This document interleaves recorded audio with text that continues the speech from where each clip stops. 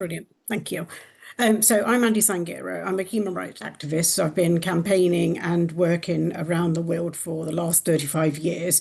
And actually, I've worked with supporting women, children, refugees all over the world and been very lucky enough to travel around the world and speak at some of the most powerful offices. But for me, it's not about just talking. It really is about like action.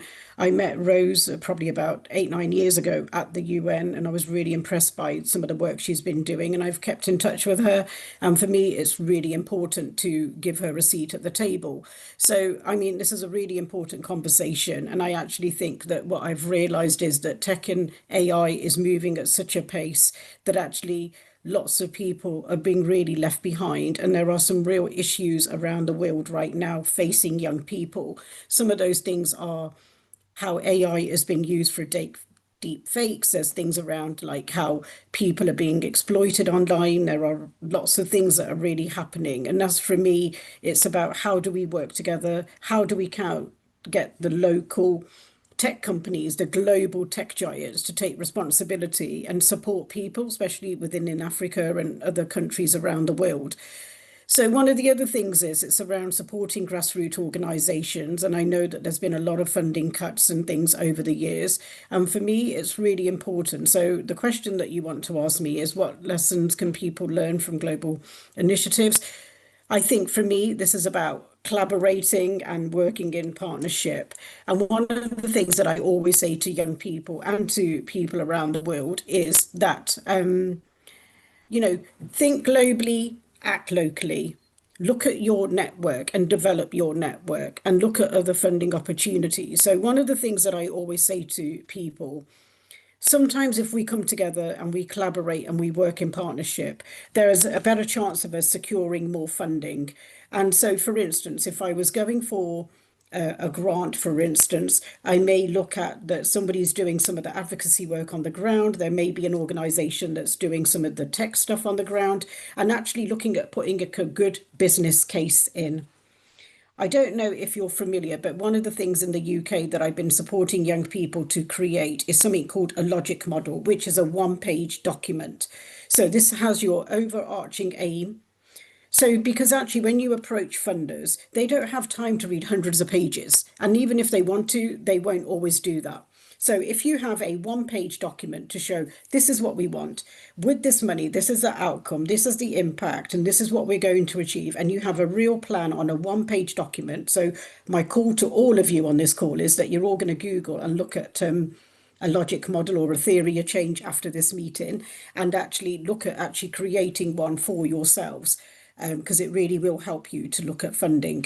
So if you do apply to the UK, and sadly USAID has cut a lot of funding, so maybe there's not as much out there, but there are other still organisations that are still funding, that you do look at that. What are you trying to achieve? What will be the impact? So one of the other things that I will say to you is when you do a logic model or you do an application for funding, really think about some of those extra added values. So you may have volunteers that are working with you on the ground doing the work. So if somebody was going to give you £50,000, but actually you had 5 volunteers working 15 hours a week for you, and if you were to pay them the minimum wage and you do that, that would really show you some of that real impact around how we do that. Second question, the power of global citizenship in inspiring and ethical leadership. That's a really good question. Yes, can I interject real quick? Yeah, yeah, Because go ahead. if you could just briefly define global citizenship, just so we can have a clear definition of it, briefly, and then I would love to hear just so we can all be Okay. on the same page. Yeah. Okay. So Hmm. for me, I guess, like it starts with my kind of thing about like, thinking globally, acting locally. And some of us have been very lucky to be born in a certain postcode around the world. But actually, for me, we are all citizens of the world and we're all belong to one race, which is called human, and we should have all the same life chances. So we have certain human right legislations that apply to everyone, regardless of where you are. So you have a right to an education, the right to family life, and everything else. So you have a right to practice what you want to. So for me, I'm on a personal level, my own understanding, I know you can go and Google the definition, but actually for me, it is about treating everyone equal, but actually making sure that nobody's really left behind, and how do we level up that playing field. So for me, one of the real important things is that not everybody has the same privilege and the same opportunity. So, how do we level that up?